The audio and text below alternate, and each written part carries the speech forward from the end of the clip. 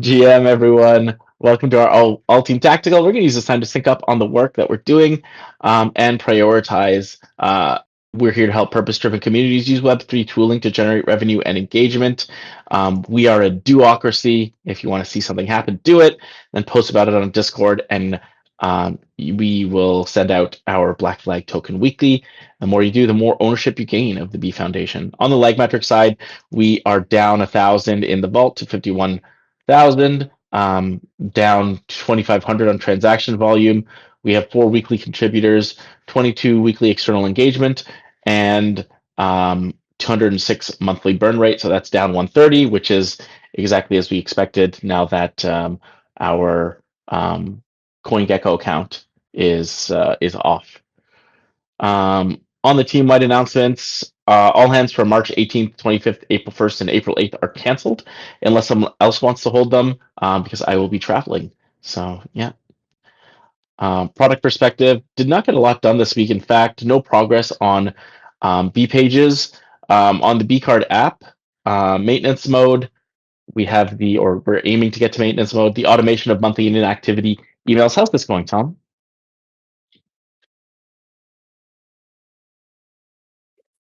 Testing, work in progress. Getting closer. Just a few more like fail-safe switches I want to test currently on staging, and hopefully be ready for the production deploy for next month. Sweet. All right. Black Flag Collective. I haven't set up that vote for January, but I'm hoping to do it today. The last I checked, we actually don't have any submissions except mine. So let's see. Oh no. Well, nice. We have 2. One was the event. I feel like this is incorrect. But we shall see. Oh, I see, because they just posted a bunch of their stuff. Yeah, so I had so it looks like we have 2. January and January. Nice. Okay, cool. Well, we have 2 events at least, which is nice. And I should put that vote up today. It's already going to go past February, which is what I wanted to avoid last week, but yeah, didn't get myself together. On the taxes side, how's this going, Richard? So I've got the program loaded and stuff for doing the LLC filing. So that was done.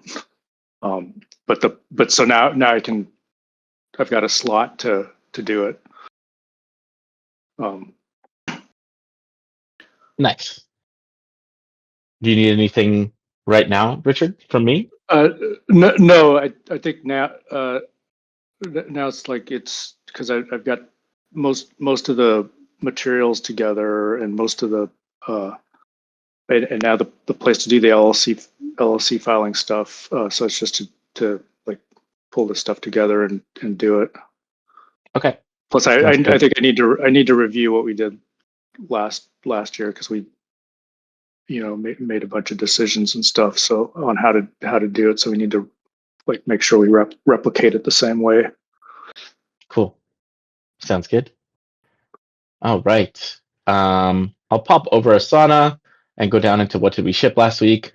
Richard, Winverse taped and shipped the all hands. That's 2K B card.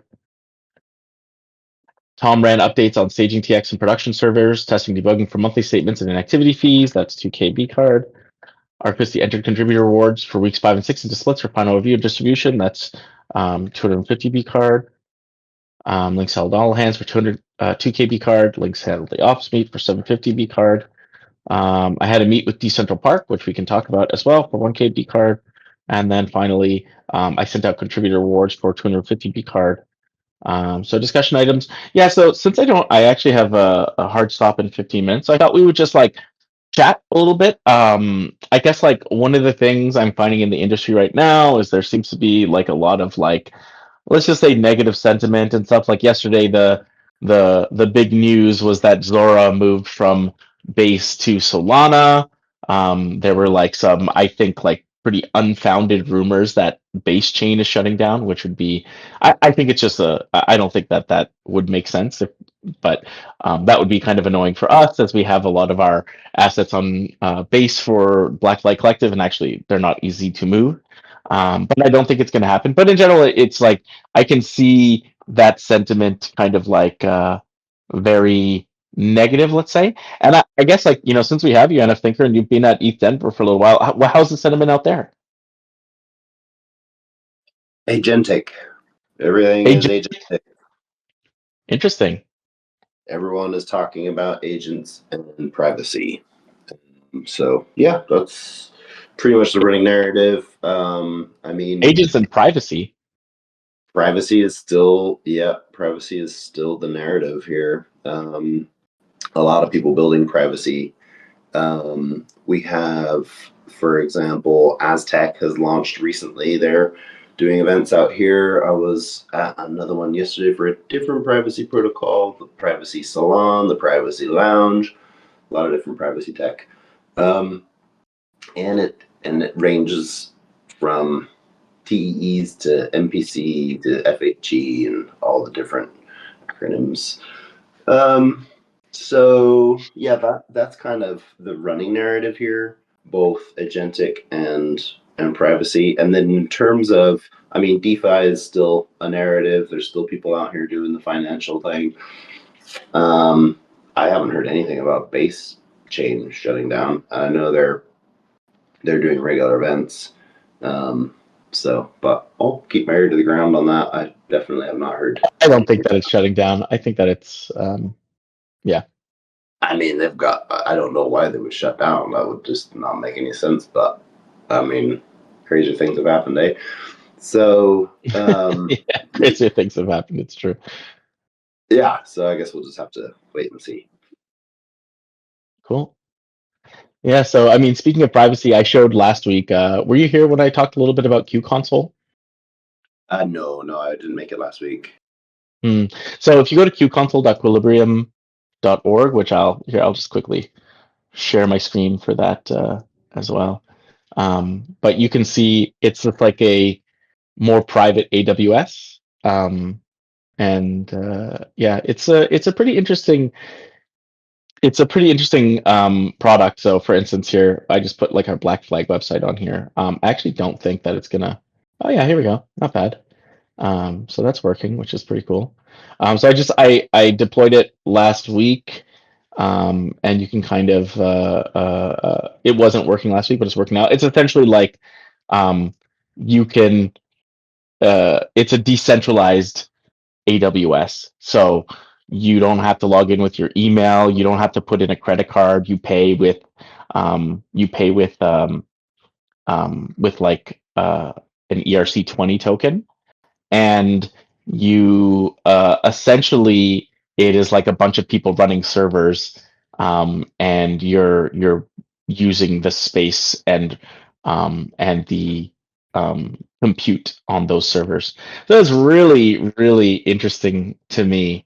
But yeah, something that I'm sure is not really over there um, at thing right now. At, at Yeah, Denver right now. I don't know if Cassie's here or not. How did you get access to this? I haven't heard of this project.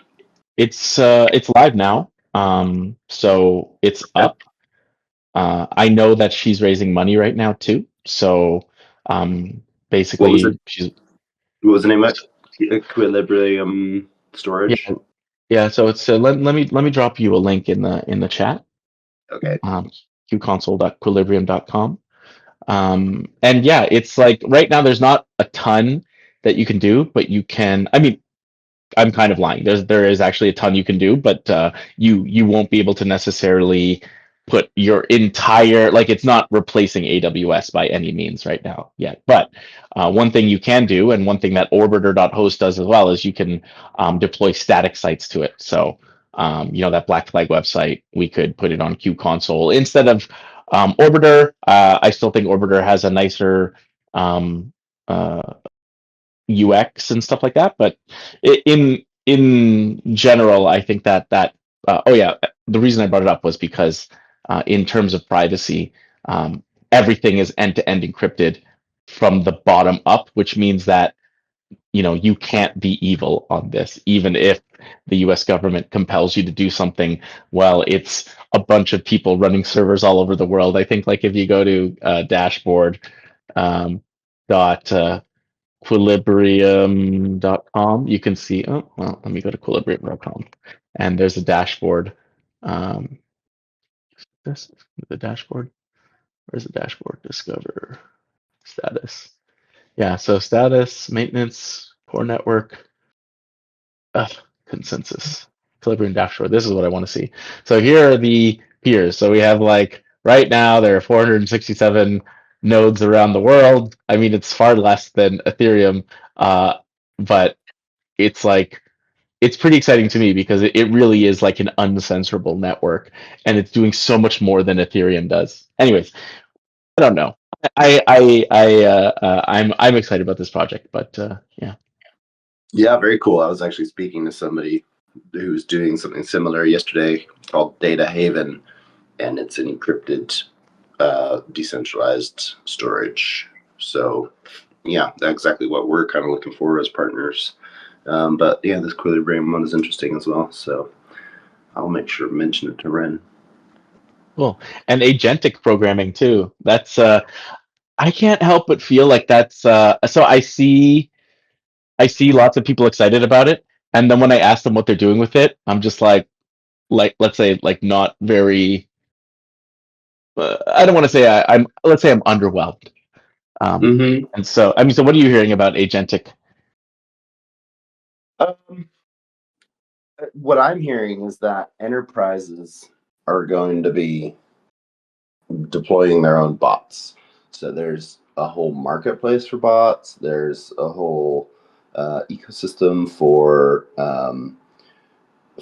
indexing all these different bots.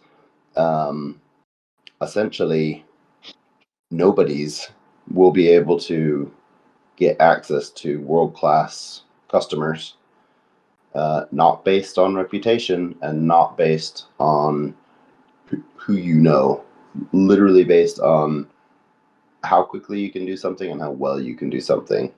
There will be reputation-based mechanisms that are going to be built into these things, but yeah, it seems like everyone is trying to integrate agentic features to some degree.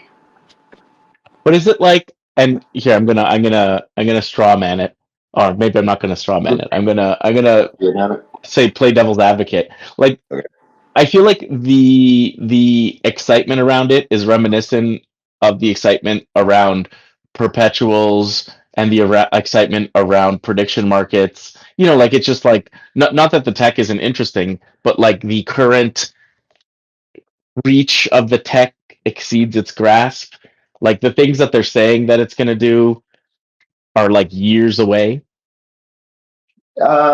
Potentially, yeah, but not necessarily. It depends on what you're trying to get your agent to do. I mean, if you're trying to get your agent to run your whole life, then probably. If you're going to say to your agent, "Here's $50, go make me $1,000,000. Don't make any mistakes," you're probably not going to get what you want out of it. So yeah, there are definitely limitations to what can be done with agents right now. And I think that's why it's so exciting, because there's a lot of infrastructure to be built out, and there are a lot of use cases to be tested. So yeah, I mean, by all means, people are it's definitely hype right now. There's a lot of hype, but there's some interesting concepts coming out, and like Mac Minis are sold out everywhere. So people are trying to figure out, okay, how do we get those million Mac Mini users to utilize our service and help us scale our business. I know that's what we did. I don't know if you guys are familiar with what we're doing, but it's basically masked computing. So you are able to run compute on sharded data sets. So you don't have to upload any of your data. It's GDPR HIPAA compliant because none of this data is shared. Yeah, there's the website right there. And so we've added in this agentic economy tag there, mass compute for the agentic economy, because everyone right now is looking at what agents can do for them. So what we'll be able to do is um, allow people to deploy a bot to our network. So your bot would be able to access privacy compute. Your bot would not have to be hosted on AWS. It would be cheaper because we would incentivize it in the beginning in order to scale our network. And then you would also be able to add your Mac Mini as a resource provider while you're doing this. So we have an interface called DataVisor, and that interface is what allows you to run your jobs manually, human interface. But it also allows you to deploy and manage your agents. So that's an example. A lot of people taking an existing narrative and sort of tacking on agents to it. What can be done with an agent? The only reason we did that is because we had multiple people in a row say, that's really cool, but can I run my agent through it? And technically, yes, you can. So, yes. So So, yes, is we it like added it as a feature. is it like a two-sided market where there are like people who have like compute and storage, like these Mac Minis, for instance, and people who want their To run it compute all. and storage? Yeah, and is that kind of what it is? Open Matter. Yes, exactly. And it's the compute side, not the storage, which is why we'll Yeah. be partnering with other people to integrate storage connections, right? So you don't upload your data, you just connect your data, and that's where somebody like Equilibrium would come in. Yeah, so I think like this kind of idea of like essentially that like kind of like peer-to-peer decentralized compute, decentralized storage, like that to me is the long-lasting resilient technology that like versus all these other hype cycles, these mini hype cycles, like even this agentic stuff, like okay, it might have a big difference, but for me it's not 100% clear what it's going to be used for. For me, I really think that like that kind of um like decentralized storage and compute makes the most sense to me in the long term as like the next stage of the internet. And crypto unlocks this, like the idea that we're signing these kinds of things, like the cryptography part of blockchain really makes this possible. Mm-hmm. Yeah, yeah, absolutely. Cool. And what about you guys, Tom, Richard? How's your sentiment on this industry right now? Anything exciting you? Anything interesting you? Or anything on these agentic stuff?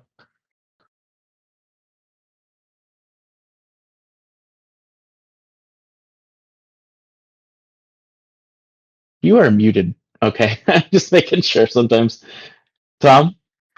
Yeah. Yeah, no, it's interesting to me. To be honest with you, I was thinking about it the other day as just sort of another level of like API access that needs to be sort of thought about in design of software, right? In the sense that when you're building something these days, you got to think about not just the user interface of the eyeballs that are going to be looking at the screen layouts and the emails that are going to be sent out to the users, but you also got to be thinking about what API accesses am I going to be granting to agents, and what sort of data will I be able to provide to them, such that it will make their lives easier to interact with whatever it is the service that I'm trying to provide. So I think that's kind of cool to think of, that it's like a whole another branch of like feature capability that needs to sort of be considered when you're talking about software engineering and design. But at the end of the day, it'll likely be agents designing it anyway. So Yeah, I think like it's like a new type of consumer, and but like the actual API access and stuff itself is already is like for if you're doing really well on your website, not doing really well, but if you're designing your service well, you already have that kind of stuff available as long as they have an API key and you have APIs, they're using it. So it's like it's a different consumer, but like the technology already exists to serve that consumer. It does for sure. Yeah, no, it's not that different in terms of like what you want to get out of it or what you want to send out of it in terms of packaging data or whatever. It's just considering them as a first class citizen is kind of new. Yeah. I also, well, I gotta cut out after this, but like when you were talking about another layer, I actually think of this like these things like mass compute, decentralized compute and storage as like another layer on top of like, you know, we have a physical layer. Hey, Ethernet goes back and forth. We never have to think about that. We're using TCP/IP. Actually, we don't even have to think about that anymore. We're using HTTP now.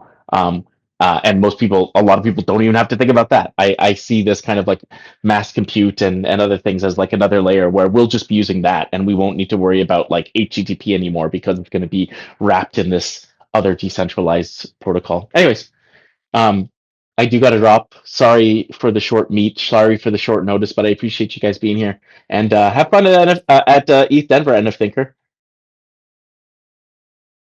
Yeah, enjoy the real world. Thank you. Yeah, thanks. Cheers, All guys. right. All the best. Bye. Have a Yeah. good one, everybody. Bye.